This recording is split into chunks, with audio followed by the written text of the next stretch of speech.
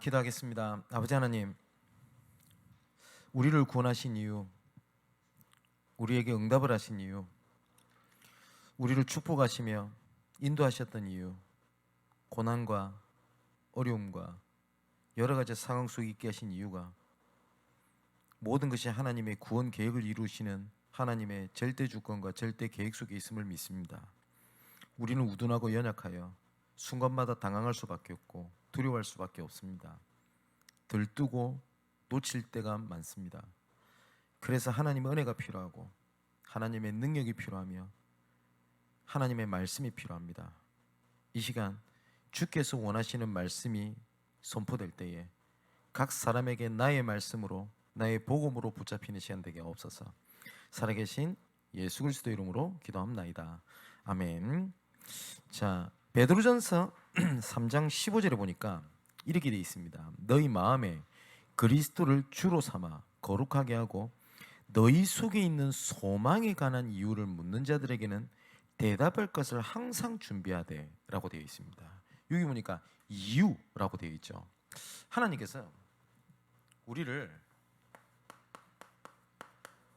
전도자로 부르신 이유가 있습니다. 이 전도자라는 단어 안에는 저는 모든 것이 다 있다고 믿습니다.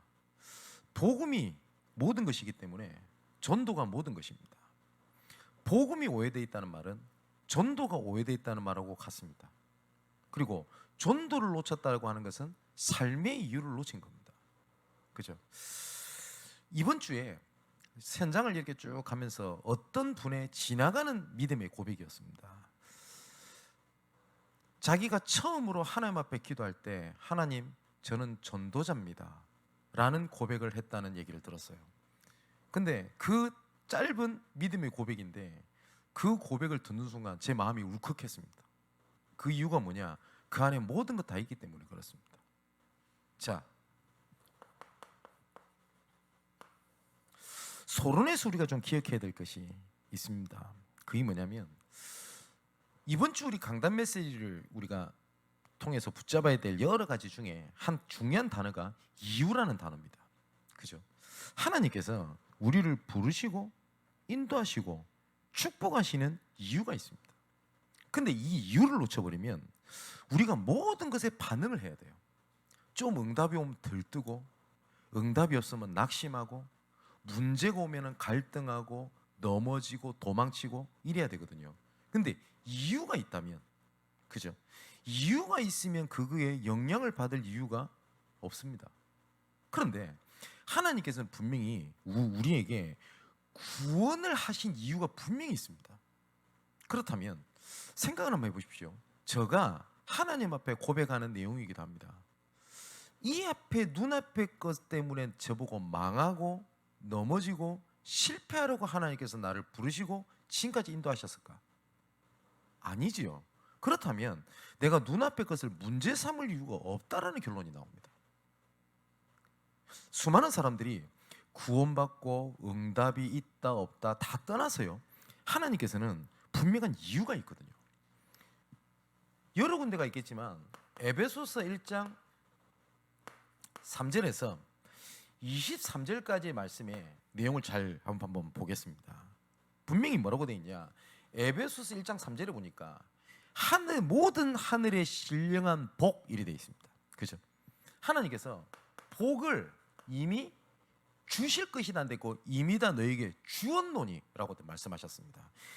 이 복은 복음을 얘기하죠. 복음 안에 모든 응답 축복을 이미 다 주었다라고 말씀하셨어요. 그래서 우리가 찬양할 때도 이 찬양 하지 않습니까? 더 받을 것도 필요한 것도 없는 완전한 이름 그리스도를 주신 겁니다. 근데 하나님께서 왜 이렇게 하셨냐? 에베소서 1장 4절에 보니까 완전한 구원을 이루셨습니다. 거룩하고 흠이 없게 하시려고 라고 되어 있습니다. 하나님께서 우리에게 주신 구원은 어느 정도까지 말씀하셨냐? 흠이 없다라고 말씀하셨어요. 무슨 말이죠? 하나님께서 구원하신 거에는 절대 실수나 부족함이 없습니다. 그죠? 근데 우리는 흠이 많잖아요. 그런데 그 흠을 말씀하신 게 아니라니까요. 하나님께서 부르시면 절대 후회함이 없고 부족함이 없습니다. 각 사람에게 대한 시간표, 내용이 다를 뿐이지 하나님께서 나를 향한 구원의 완전한 계획을 가지고 나를 불렀습니다. 그리고 그 구원에 대한 이유가 그 다음부터 기술되어 있습니다. 자, 하나님께서 그 5절 6절은 뭐라고 되어 있냐? 기쁘신 뜻대로 우리를 예정하셨다. 하나님께서 기뻐하신 뜻을 위하여 우리를 예정하셨는데 6절에는 그의 은혜의 영광을 찬송하게 하기 위하여 불렀다. 하나님의 영광을 위하여. 그런데 9절에 그 뜻의 비밀을 우리에게 알리신 것이요, 그 하나님께서 그 예정하신 걸 우리에게 알리신 것인데 뭐냐? 때가 천 경륜을 위하여 예배하셨다라고 되어 있습니다. 여기 경륜이라는 단어가 조금 어려운 단어인데 쉽게 말하면 하나님의 구원 계획 이 말입니다. 하나님의 구원 계획을 위하여 하나님께서 알리신다. 이게 얼마만큼 하나님의 소원과 맞냐? 10절에 이렇게 되어 있습니다. 하늘에 있는 것이나 땅에 있는 것이나 다 그리스도 안에서 통일되려 하려 하십니다. 이 그리스도라는 이름 안에서 모든 것들이 그게 이루어지도록 하나님께서 만드셨습니다. 그리고 11절 12절에 보니까 특히 11절에는 모든 일을 그의 뜻에 결정대로 일하시는 이의 계획을 따라 우리가 예정을 입어라고 되어 있죠. 여기 뜻은 앞에 되어 있습니다. 하나님의 구원 계획. 그럼 이걸 바꿔서 읽어볼게요. 모든 일을 하나님의 구원 계획에 결정하는 대로 일하시는 이의 계획을 따라 우리가 어떻게 했다고요? 예정함을 입어. 이래 되어 있습니다. 그 안에서 우리가 기업이 되었으니 이는 우리가 그리스도 안에서 전부터 바라던 그의 영광이 찬송이 되려 하려 하십니다. 하나님의 구원 계획 안에 하나님께서는 모든 것을 다 집어넣고 우리를 부르신 겁니다. 그래서 예수님께서도 말씀하셨습니다. 먼저 그의 나라와 그 의를 구해라. 그러면 이 모든 것을 다 너에게 더하여 주시리라. 마태복음 6장 33절에. 그래서 바울이 17절에서 19절에 보니까 여기에 대한 뭐라는 얘기하냐? 기도 제목을 얘기합니다. 17절에 뭐라고 되어 있죠? 너의 마음의 눈을 밝히사 하나님의 부르심의 소망이 무엇인지를 알기 원한다. 여기 보니까 소망, 그 안에 있는 큰 능력, 지극히 큰 풍성함 이렇게 되어 있습니다. 그 안에 다 있다 이 말입니다. 복음 안에 모든 것 다 있다는 말이 그 말입니다. 이번 주일날 조금 말씀드리겠습니다만은 우리가 오직이라는 단어를 오해를 하고 있어요. 오직은 이것만 해야 된다라고 하는 문자적인 표현이 있습니다. 근데 그 안에는 뭐가 있냐? 왜 그것만 해야 하라는 말이냐?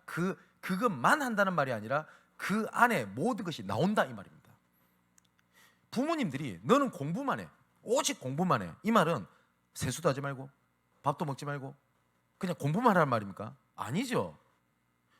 육신적인 얘기입니다만은 그 공부하는 것 속에 네가 살아야 될 이유, 직장, 네 미래, 결혼 모든 거 다 있다 이 말이니까 공부만 해라는 말이지 않습니까? 근데 만일에 자녀가 넌 공부만 안 해 이랬더니 잠도 안 자, 밥도 안 먹어, 인사도 안 해, 그냥 집안에서 공부만 해요. 그 말이 맞나요? 근데 우리는 오직 말씀 이러니까 막 다른 거 다 집어치우고 막 그냥 막 말씀만 듣는다 이 말을 얘기하는 게 아닙니다. 오직 복음이라는 말은 한 가지지만 그 안에 모든 만 가지가 다 들어 있습니다.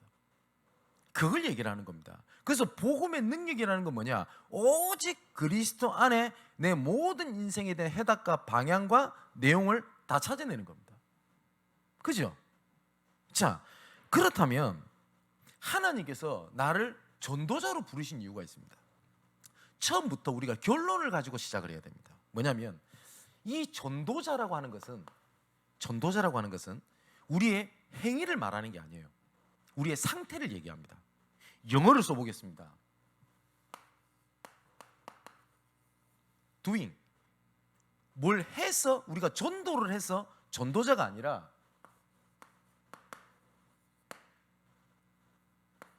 being, 내 상태가 전도자입니다.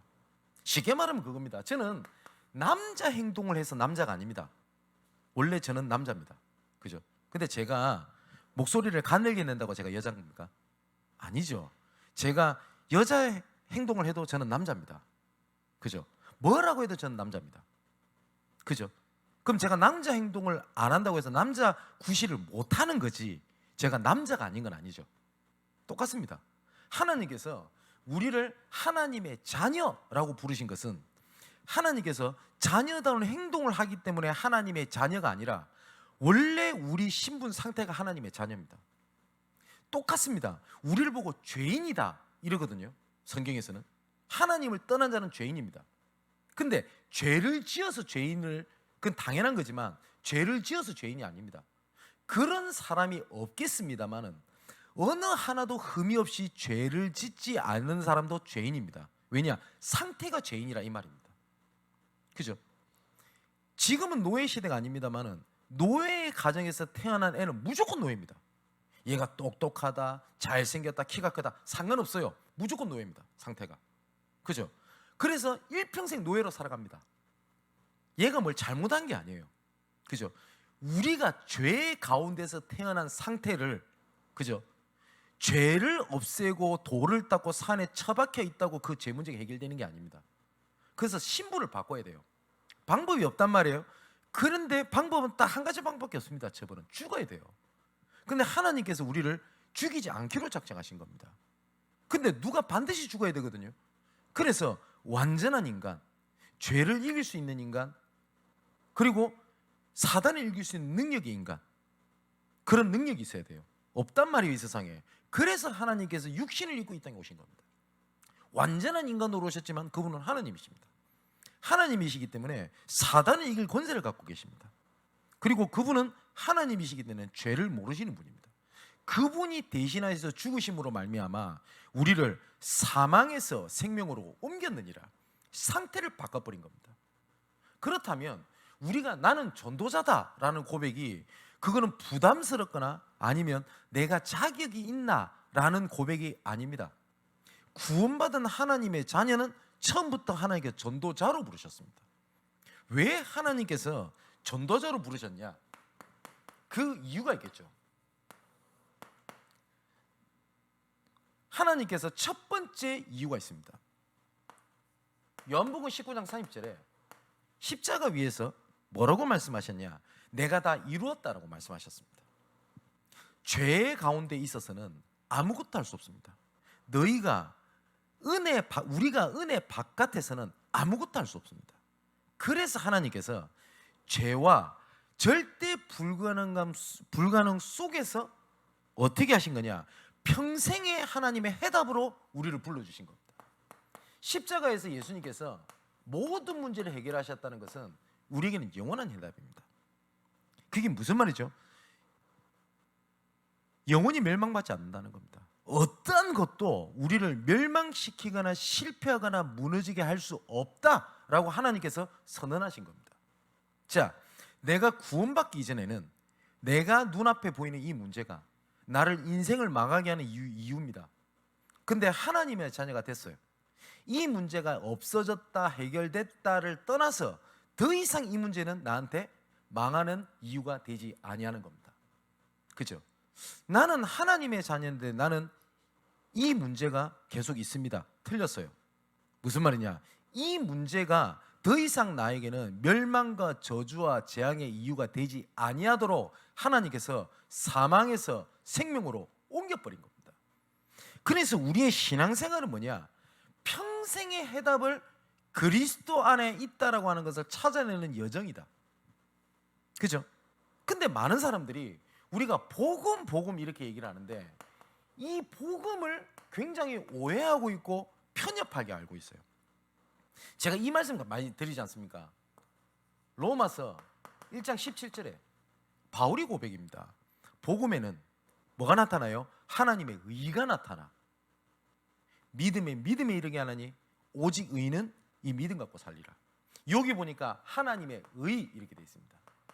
이것도 좀 어려운 단어인데 쉽게 말하면 하나님께서 이루시는 모든 구원의 서정을 하나님의 의라고 얘기를 합니다. 부르심, 예정하심, 그리고 확정하심, 성화의 단계, 이 모든 것이 하나님의 구원의 여정입니다. 그죠? 그럼 복음에는 뭐가 나타난다고요? 복음에 하나님의 구원의 여정이 나타나, 이 말입니다. 복음에는 내 문제 해결이 돼요. 이게 아니에요. 복음에는 증거가 나타나, 복음에는 기적이 나타나가 아닙니다. 그죠?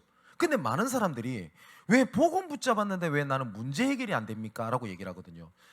보는 각도가 완전히 틀렸지 않습니까? 그러면 내 문제가 해결되면 복음이고 내 문제가 해결되지 않으면 복음이 아닙니까? 복음이 내 문제를 해결하기 위하여 주신 하나님의 요술램프입니까? 아니지요. 근데 수많은 사람들이 현장에서 만나보면 왜 나는 믿는데 잘 안 됩니까? 이럽니다. 또 이럽니다. 저 사람은 믿는데 왜 잘 안 되지? 라고 얘기를 합니다. 근데 바울은 이렇게 얘기를 합니다.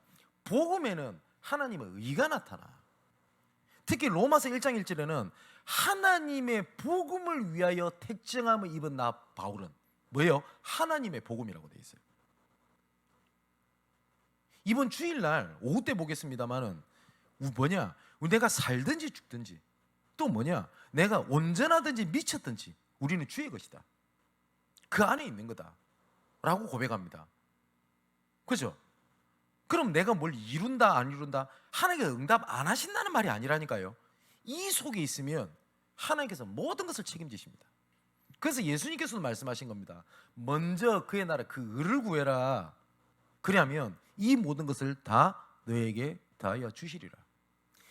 이 하나님의 복음을 얘기하고 난 다음에 바울이 로마서 16장 25절에 이렇게 고백합니다. 나의 복음은 영세전부터 감추었다가 이제 나타나신 바가 되었다. 여기 보니까 나의 복음 이렇게 얘기합니다. 무슨 말이죠? 하나님의 복음이 나의 복음이 된 겁니다. 그런데 하나님의 복음이 나의 복음이 아니라 많은 사람들이 내 문제를 해결하는 복음, 내 갈급함을 해결하는 복음, 내 상황을 해결하는 복음으로 붙잡고 있어요. 그죠? 내가 아닙니다. 하나님입니다. 근데 그 안에 나 자신이 있는 겁니다. 그죠? 하나님께서 부르신 첫 번째가 뭐가 있냐? 복음 안에 모든 것 다 있다. 그러니까 문제가 되지 아니한다. 그 말입니다. 자, 하나님께서 모든 문제를 해결하신 증거로 뭘 하시는 거냐? 함께를 약속하셨습니다. 그렇다면 함께 하시는 하나님의 원하시는 흐름, 자리, 한 가지 단어를 듣으면 하나님께서 원하시는 리듬을 갖추는 그 안에 모든 회복은 다 있다는 말입니다. 우리는 자꾸 문제가 있다 없다라고 생각을 하거든요. 여러분 우리 성도분들 잘 아시지 않습니까? 이 단어가 얼마만큼 중요한 단어인지. 제가 우리 청년들한테도 그런 얘기 종종 하죠. 목사님, 내가 이 사람을 만나야 됩니까? 말아야 됩니까? 좋은 사람 만난 것 같은데. 근데 단편적으로 이 생각합니다. 불신자는 만나지 말아야 됩니까? 우리 청년들. 물론 믿는 사람 만나는 게 좋겠죠. 그럼 다시 말하면 믿는 사람이면 다 오케이입니까? 아니죠. 뭘 보면 알 수 있냐면 내가 어떤 흐름 속에서 만난 사람이냐가 중요합니다. 사건도 마찬가지입니다. 내가 어떤 흐름 속에서 일어난 사건이냐가 중요해요. 그죠? 내가 복음 안에 있지 아니한데 내가 그 흐름을 놓치고 있는데 좋은 사람 만났다. 응답이냐? 그걸 보면 압니다. 나는 복음하고 전혀 상관없이 있는데 어느 날 일확천금이 나타났어요. 그 응답 아닙니다. 재앙입니다. 그죠? 근데 나는 이번에 전도자의 삶을 살기로 결단을 했는데 핍박이 왔다. 그럼 그 안에 계획이 있어요. 문제다 아니다가 중요한 게 아닙니다. 내가 어떤 흐름 속에서 일어난 일이냐가 중요합니다. 그죠? 그래서 그 함께를 찾는 겁니다. 만일에 하나님과 함께 하지 않는 흐름 속에서 일어난 일이고 사건이다. 그러면 하나님의 흐름 속으로 들어와야 되는 하나님의 시간표. 그죠? 하나님의 계획 흐름 속에서 일어난 사건이라면 하나님의 그 이면에 하나님의 응답이 있다. 이렇게 보면 100% 정확합니다. 그러면 근데 대부분 사람들은 그걸 보지 않고 뭘 자꾸 보죠? 문제다, 사건이다, 응답이다, 축복이다. 이걸 계속 보는 겁니다. 그죠? 몸이 건강하면 계속 도둑질을 하는 도둑이 있어요. 그런 도둑은 몸이 계속 아픈 게 하나님의 은혜입니다. 맞죠? 왜냐? 그나마 그 죄악 속에 있지 않을 거 아닙니까? 그죠? 몸이 건강한 게 다 복입니까? 그렇지 않습니다. 나는 계속 사람을 의지하고 있어요.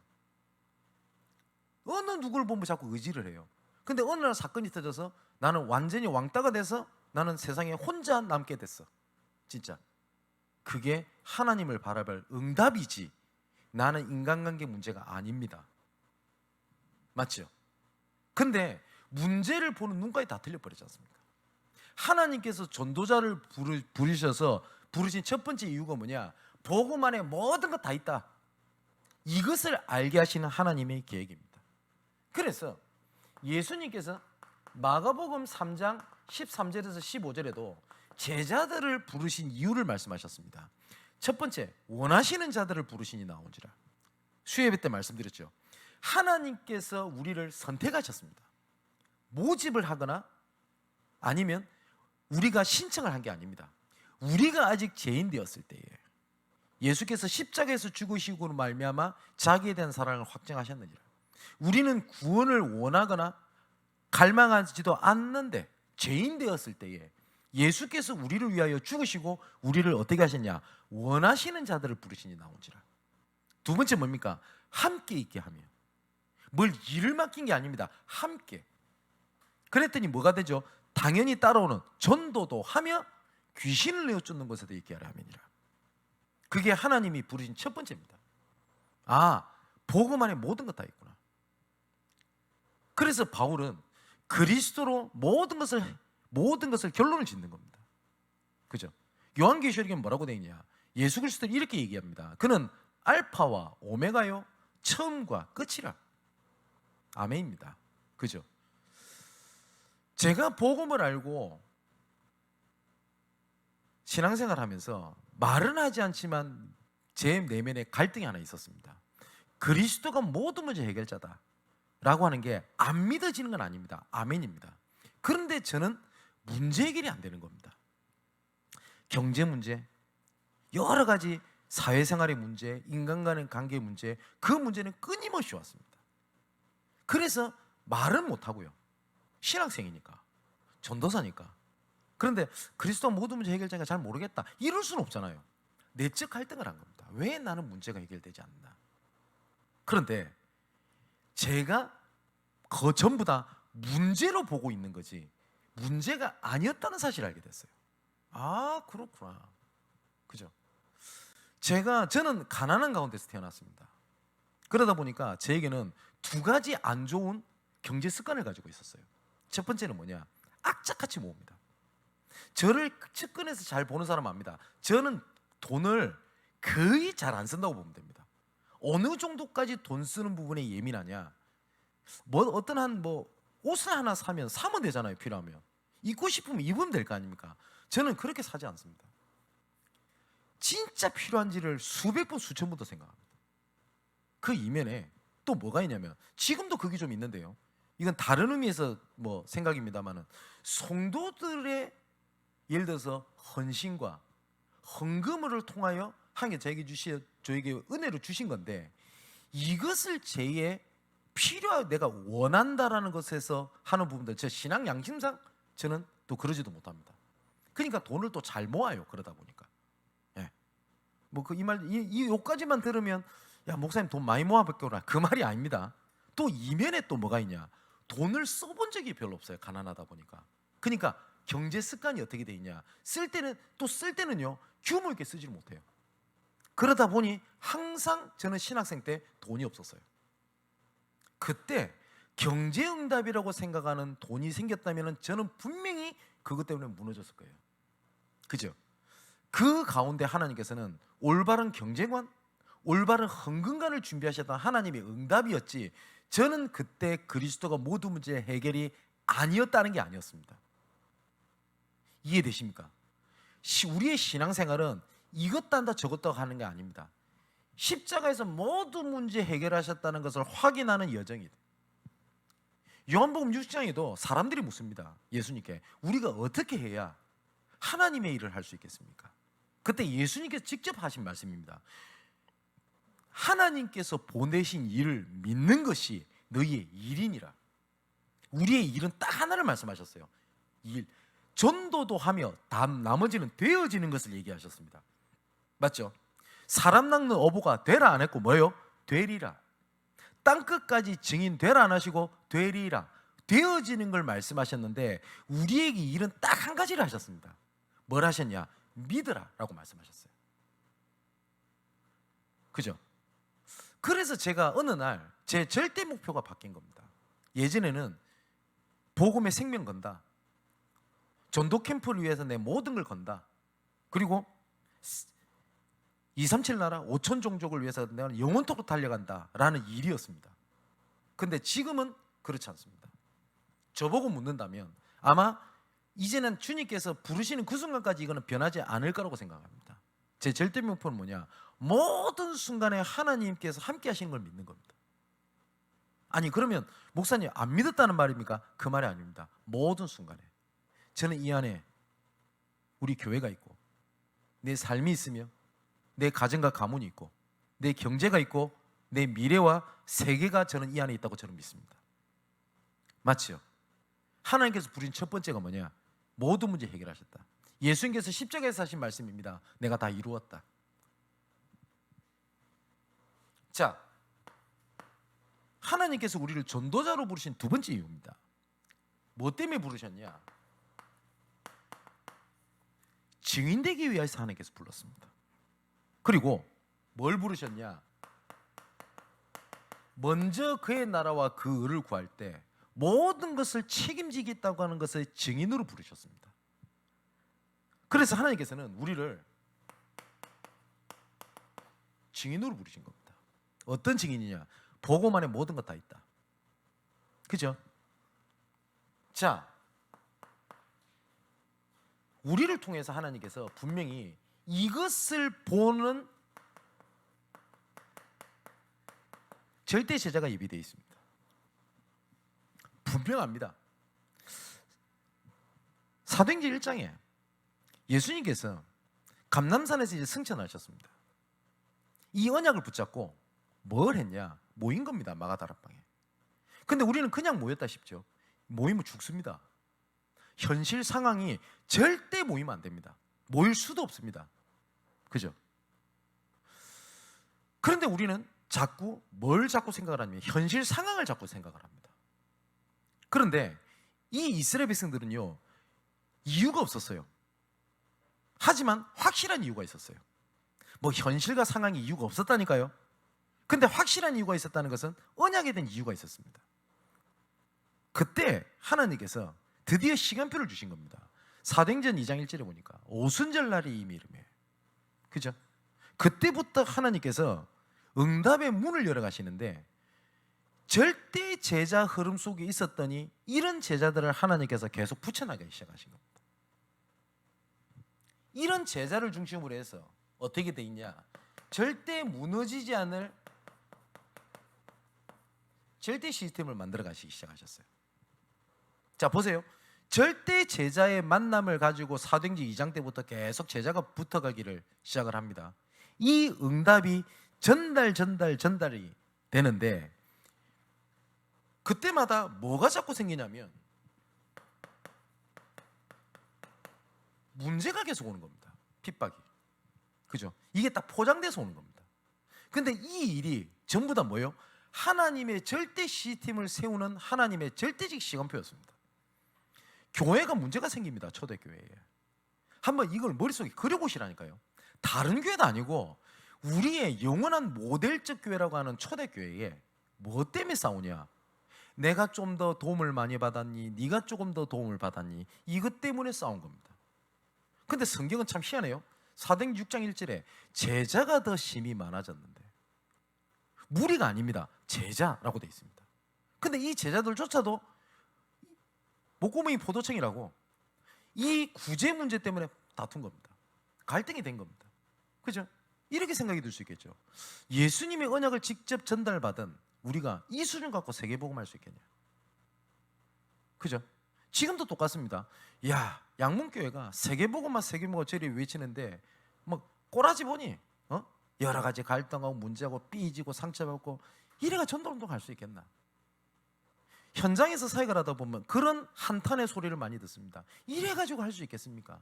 예, 답변은 안 하지만 제 속으로 생각하는 게 있습니다. 올바르게 본 건 맞지만 완전 불신앙의 생각입니다. 그죠? 저도 그런 얘기 많이 들었습니다. 이래가지고 할 수 있겠습니까? 예, 그래서 할 수 있습니다. 그래서 하나님께서 어떤 시대를 여셨죠? 중직자 시대를 열었습니다. 참 엄청난 일이죠. 그리고 또 문제가 왔습니다. 중직자 시대를 열었으면 응답이 계속 와야 될 거 아닙니까? 그 중에서 가장 돋보이던 중직자 한 명 스데반이 돌 맞아 죽어버리네. 어떻게 이런 일이 생길 수 있습니까? 그렇잖아요. 한번 생각해 봅시다. 우리 양문교회에 임직식을 했어. 응답이 올 줄 알았고 중직자들마다 막 경제응답, 가정응답 막 응답이 올 줄 알았더니 막 문제가 생기네. 그죠? 근데 희한하죠. 그 문제가 아무도 가지 않고 사도들도 절대 가려고 하지 않는 절대 불가능. 갈 수 있는 길도 몰라요. No way. 어디로 가야 될지도 몰라요. No where. 그죠? 그 현장에 하나님 문을 엽니다. 누구 통해서요? 스데반의 일로 인해서 도망갔던 빌립 집사를 통해서 사마리아 지역에 드디어 복음이 들어가 버린 겁니다. 어떻게 이런 일이 있을 수 있습니까? 이 핍박이 끊임없이 옵니다. 그런데 사도행전 11장에 안디옥 교회가 세워집니다. 이 안디옥 교회가 세워지는 때에 성경이 이렇게 기록하고 있습니다. 스데반의 일로 인하여 흩어진 자들이 환난. 그죠? 언약 가진 자에게는 뭐요? 하나님의 증거. 상처냐? 증거냐? 환난이냐? 시스템이냐? 그죠? 이 사람들이 사도행전 13장에 드디어 어떻게 됩니까? 선교사 파송을 받게 됩니다. 그뿐입니까? 또 어떤 일이 벌어지게 되죠? 사도행전 16장에 전도문이 안 막힙니까? 그죠? 그런데 이 일이 어떤 일이 돼? 전도자다운 인도를 받았더니 어떻게 되죠? 마게도니 하는 문을 열어버려요. 문을 여는데 응답이 계속 와야 돼. 또 문제가 또 옵니다. 뭐죠? 귀신 들린 여자아이가 난리가 난 겁니다. 근데 도와주고 살려줬어요. 그러면 그 동네에 귀신 들어 점치는 여자아이를 도와줘서 마을이 좋아야 될 거 아닙니까? 그런데 여기서 나쁜 놈들이 많았던 거예요. 이 점치는 이걸 가지고 마을의 이득권 돈관계가 있었거든요. 돈벌이가 없어진 겁니다. 바울을 고소를 해버린 거예요. 어떻게 진짜 이렇게 악합니까? 사람을 살려줬는데. 그래서 바울이 감옥을 갑니다. 그죠? 거기서 하나님의 또 증거가 나타나죠. 근데 그 일이 간수장 가족이라는 제자를 찾는 하나님의 엄청난 계획이었습니다. 그때 나왔던 시대적 메시지 있지 않습니까? 주 예수를 믿어라. 그리하면 너와 내 집이 구원을 얻으리라 하시니라. 참 엄청나죠? 또 보십시오. 사도행전 18장도 마찬가지입니다. 바울이 전도를 실패를 합니다. 아덴에서. 또 실패했던 또 한 가족이 있습니다. 브리스길라 부부. 실패자와 실패자가 만났어요. 그런데 지금까지도 영원히 회자되는 중요한 제자 이름이 나옵니다. 브리스길라고 합니다. 에베소 사역을 갔습니다. 복음을 전했는데 오히려 핍박하는 사람이 생기네. 여러분 그럴 때 있을 겁니다. 지교를 하는데 지교 모임 중에 은혜 받던 사람이 어느 날 돌변해가지고 핍박을 해요. 그랬더니 바울이 어떻게 합니까? 제자들을 따로 세워 두란노스원에서 2년 동안 말씀을 강론하니 헬라인이나 유대인이나 다 주의 말씀을 듣더라. 그 일이 에베소 전역을 뒤흔드는 사건이 벌어졌습니다. 자, 제가 현장에서 사역을 할 때 이 말씀 들을 때 그때 내가 있는 현장에서 목사님이 하신 말씀인데라고 생각하는 사람이 있을 겁니다. 계속 사람이 모여요. 그러니까 주변에 좋아하는 겁니다. 막 모인다고. 그때 했던 얘기입니다. 사단은 똑같습니다. 머리가 좋은 것 같으면서 머리가 나빠요. 딱 초등학교 이때 했던 짓을 하면 들킬 거 아닙니까? 똑같이 해요. 아니나 다를까 그렇게 사람을 모아오고 진성희 목사님 최고니 그 친구는 뭐 어떤 표현까지 했냐면 이 시대의 바울이라네. 잘못 본 거죠. 어쨌든 그랬던 친구가 어느 날 핍박하기 시작하는 겁니다. 문제 아닙니다. 새로운 시스템을 만드시기입니다. 그 시스템을 통해 가지고 몇 사람 중요한 사람을 찾아낸 거예요. 그죠? 시스템. 자, 이 가운데 이런 시스템 속에 계속 있다 보니 우리에게 판에 보게 하시는 게 있습니다. 여기서 머무는 게 아니구나. 그 다음 하나님의 계획이 있어요. 절대 목표. 그 중요한 게 뭡니까? 바울이 이 일이 있은 후에 사도행전 19장에 이제 내가 로마도 봐야 하리라.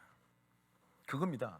우리가 내가 지기에서 응답을 쭉 하고 있었더니 어느 날 뭐가 딱 보이는가? 아, 여기서 지기 그 정도가 아니구나. 요 안에 후대가 있구나. 요 안에 경제가 있구나. 그 다음 가야 될 지역이 또 있구나. 이런 것들이 쫙 보여지기 시작하는 겁니다. 진짜 그렇습니다. 하나님께서 부르신 두 번째 이유. 자, 세 번째입니다. 하나님께서 우리를 세 번째 부르신 이유가 있습니다. 우리는 전도하자는 게 아닙니다. 막연하게 뭘 하자는 거냐? 무브먼트, 운동을 하자는 겁니다. 전도하는 거랑 전도 운동하는 거랑은 다릅니다. 쉽게 말하면 뭐냐면 전도는 그냥 하면 돼요. 그죠? 믿는 사람들 전도 최소 한 번이라도 했을 거예요. 그 얘기를 하는 게 아닙니다. 전도 운동은 모든 것의 이유가 전도라는 이유에 방향 맞춰 있는 겁니다. 그죠? 독립운동을 했던 사람들의 명단을 얘기합니다. 이런 사람들은 독립을 원했던 사람 많지만 독립운동을 했던 사람은 소수입니다. 그 사람들은 먹고 마시고 만나고 돈 벌고 쓰고 하는 모든 일이 뭐하고 관련되어 있었냐? 독립과 관련돼서 살았습니다. 이걸 보고 독립운동을 했다라고 얘기를 합니다. 그죠? 우리가 전도하자는 게 아닙니다. 모든 것의 이유가 전도라고 하는 이유 속에서 산업을 하고 자녀를 돕고 식사를 하고 만나고 어쨌든 참고 견디고 수용하고 그렇게 하는 겁니다. 그걸 보고 뭐라고 하냐? 무브먼트라고 합니다. 운동. 그러면 가장 첫 번째가 나 자신을부터 전도운동을 시작을 하는 겁니다. 내 자신이 예루살렘과 사마리아와 땅끝까지 이르러 내 증인이 되리라 하시니라. 나 자신이지만 이게 반드시 237과 연결됩니다. 그죠? 자, 내가 진짜 전도라고 전도 운동을 놓고 혼자라고 하는 시간을 가지는 것처럼 보이지만 반드시 그렇지 않습니다. 반드시 연결됩니다. 그죠? 초대교회 사람들이 마가다락방에서 모였습니다.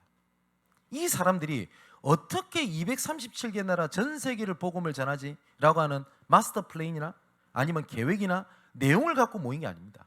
단지 언약 잡은 겁니다. 그랬더니 하나님이 그 자리에서 문을 열어버리잖아요. 15개의 문. 그죠? 이런 생각이 들 겁니다. 이번에 우리가 선교대를 두고 우리가 선교대를 통해서 어떻게 선교문을 열까? 그죠? 우선은 그 언약 잡고 모이는 겁니다. 미션홈을 하게 될 건데, 오늘부터 새롭게 회복하게 될 건데, 미션홈을 통해서 현장과 나, 교회와 나, 그리고 업과 나, 이게 소통이 될 거란 말이에요. 그러면 미션홈에서 뭘 하지? 뭘 어떻게 하지? 라고 하는 거 몰라도 돼요. 그럼 저는 완벽한 모든 꼼꼼한 걸 다 알고 합니까? 아니요. 언약이니까 그 속에 있는 겁니다. 근데 이게 전달이 됩니다. 자, 바울이 다메섹 도상에서 예수 그리스도를 만납니다. 근데 그때 사울아 사울아, 원래 이름 사울이니까요, 어찌해 너를 핍박하느냐. 그때 말이 딱 떨어져가지고 바울이 했던 말입니다. 누구세요? 나는 네가 핍박하는 예수라. 어마어마한 충격을 받은 겁니다. 그죠? 그런데 사도행전 그 9장 8절에서 9절에 보니까 이렇게 되어 있습니다. 사울이 땅에서 일어나 눈은 떴으나 아무도 보지 못하고 사람 손에 끌려 다메섹으로 들어가 사흘 동안 보지 못하고 먹지도 마시지도 아니하니라 라고 되어 있어요. 다메섹에 가는 길에 쓰러지고 난 다음에 다른 사람 손에 이끌려가지고 다메섹으로 들어갔거든요. 4일 동안 보지도 못했어요. 비늘과 같은 것이 떨어졌음에도 불구하고 안 보였어요. 그러니까 먹지도 않고 마시지도 않았다고 되어 있습니다. 그럼 요까지 보면 여러 가지 추측할 수 있겠죠. 괴로웠을 거 아닙니까? 여러분, 눈 못 떠보신 적 있습니까? 저는 있습니다. 제 인생에. 제가 고등학교 때 너무 심한 각막염에 걸려가지고요, 제가 거의 4, 5일을 거의 제가 앞을 보지 못했어요. 정말 죽을 것 같아요. 아무것도 못합니다. 그랬더니 식욕도 없어요. 바울이 그랬을 수도 있습니다. 그죠? 아니면 여러 가지 이유가 있을 수 있겠죠. 그런데 여기에 성경에 설명이 되어 있습니다. 하나님께서 아나니에게 나타나신 겁니다. 너는 직가로 가라.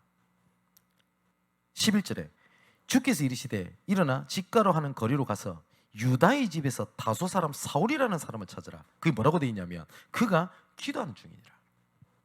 보세요. 바울이 그곳에서 나 자신으로 시작했던 무브먼트입니다.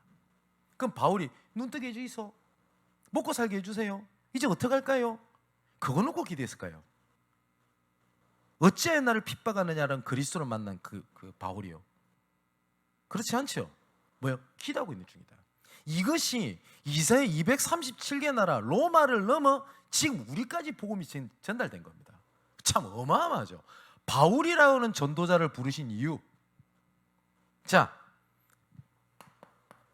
무브먼트, 운동이 이제는 이것이 어디로 전달이 되는 거냐? 교회입니다. 그죠? 교회가 지금 거의 대부분 교회가 거의 죽어 있습니다. 그러면 교회가 활발해야 된다, 열심히 많이 해야 된다? 아니요, 하나님 보실 때 죽은 겁니다. 그래도 교회의 존재 이유는 딱 하나입니다. 복음에 대한 센터입니다. 그죠? 오만 것 때만 것 다 해도 교회가 복음 전하는 방향이 없다, 미안하지만 그건 우상입니다. 작다, 어렵다, 문제 있다, 그래도 복음 운동과 방향에 맞춘 교회는 하나님 보실 때 제일 소중한 교회입니다. 그래서 저는 개인적으로 외부에 나갔을 때 저는 양문교회 담임 목사라고 하는 굉장히 자부심이 있습니다. 저는 정말로요. 저는 정말 자부심이 있습니다. 우리가 뭐 응답이 많고 뭐 사람이 많고 아닙니다. 그게 아니라 진짜 저희 교회는 전도하는 교회라고 저는 확신합니다. 우선 저는 그것 때문에 삽니다. 그리고 우리 교회의 존재 이유가 그렇다는 확실한 이유가 있습니다. 그죠? 이것이 어디로 전달되는 거냐? 현장으로 전달되는 겁니다. 여기에 우리 모든 성도들이 여기 포함입니다. 그렇다면 우리 사역자들, 중직자들 기억해야 될 게 있어요. 모든 성도는 전도의 문이다. 문제를 일으킨다? 그거는 내 기준이고 하나님 보실 때 문이요. 그죠? 마지막 결론입니다. 하나님께서 우리를 어떻게 부르셨냐? 베드로전서 2장 9절에 이렇게 말씀하셨습니다. 너희는 택하신 족속이요, 왕같은 제사장들이요, 거룩한 나라요, 그의 소유된 백성이니 라고 되어 있거든요. 여기 보니까 선지자, 제사장, 왕 모든 직분이 다 들어가 있습니다. 뭐요? 왕, 그리고 왕같은 제사장이요, 그의 귀한 빛에 들어가신 이의 아름다운 덕을 선전하기에 불렀다. 길을 제시하는 자로 불렀다. 하나님께서 우리를 뭘로 부르신 거냐? 그리스도의 삼중직의 대사로 부르신 거예요. 엄청난 겁니다. 그리스도가 뭐죠? 기름 부음 받은 자, 선지자, 제사장, 왕, 그 일을 우리에게 맡기신 겁니다. 대사입니다. 그래서 특히 우리 양문교회 성도님들은 나를 전도자로 부르신 이유에 대한 자부심 정말 가지셔도 됩니다. 그리고 나는 전도자인데 많은 것을 못하고 있다, 괜찮습니다. 이 속에 있으면 하나님께 끌고 가실 것입니다. 그래서 이번 주에 주셨던 말씀 중에 정확한 이유를 알아야 돼요. 그죠? 이유라는 단어. 갈렙은 그냥 뭡니까, 막 되게 지 스스로 막 확신이 있어가지고 이 산지 주이소라는 확신을 가졌던 게 아닙니다. 그 산지를 얻어야 하는 이유를 잡은 자가 누구냐? 갈렙입니다. 뭐냐? 밟는 땅을 주신다 안 했냐? 맞죠? 아무도 안 해. 그리고 아무도 안 해요. 그리고 어떤 사람도 안 된다고 얘기합니다. 그렇다면 하나님께서 나에게 맡기신 거 아니냐? 이 산지를 내게 주옵소서라는 거예요. 그랬더니 어떤 일이 벌어지죠? 전쟁이 그쳤더라라고 되어 있습니다. 참 감사할 일이죠. 가장 전쟁이 많고 어렵다고 하는 그 땅에 성경이 딱 기록되어 있습니다. 전쟁이 그쳤더라. 이번 주에는 여호수아 18장을 볼 겁니다. 근데 딱 그렇게 되어 있습니다. 아직 땅을 분배받지 못한 족속이 지파가 12지파 중에 작아봤자 7지파예요. 그래서 하나님께서 여호수아를 통해서 하신 말씀입니다. 어찌 그리 지체하고 있냐? 봐요, 정복 못했죠? 다른 지역은 수월했거든요. 전쟁이 계속 있는 겁니다. 상황 현실이 아니죠. 이유입니다. 오늘부터 이 단어를 갖고 계셔야 돼요. 왜 하나님께서 나를 이곳에, 그 이유 있는, 이유를 붙잡는 전도자 응답을 누리게 되시기를 주님의 이름으로 축원을 드립니다. 기도하겠습니다. 아버지 하나님께 감사함을 드립니다. 우리를 전도자로 부르셨습니다. 과거를 그렇게 지나오게 하신 하나님의 이유가 있습니다. 그 이유가 나의 실수, 나의 연약함이 아닌 그 뒤에 하나님의 구원 계획을 위하여 준비하신 이유인 줄 믿습니다. 현재 눈앞에 정복당한 것은 이 산지를 내게 주소서라고 고백하며 정복해야 될 이유를 붙잡는 하나님의 응답의 기임을 믿습니다. 우리의 미래는 세계복음화입니다. 이 일에 각 분야에 쓰임받는 전도자로 쓰게 하실 것을 확신합니다. 내 인생 전체가 하나님의 이유로 붙잡힌 바 되게 하옵소서. 살아계신 예수 그리스도 이름으로 기도하옵나이다. 아멘.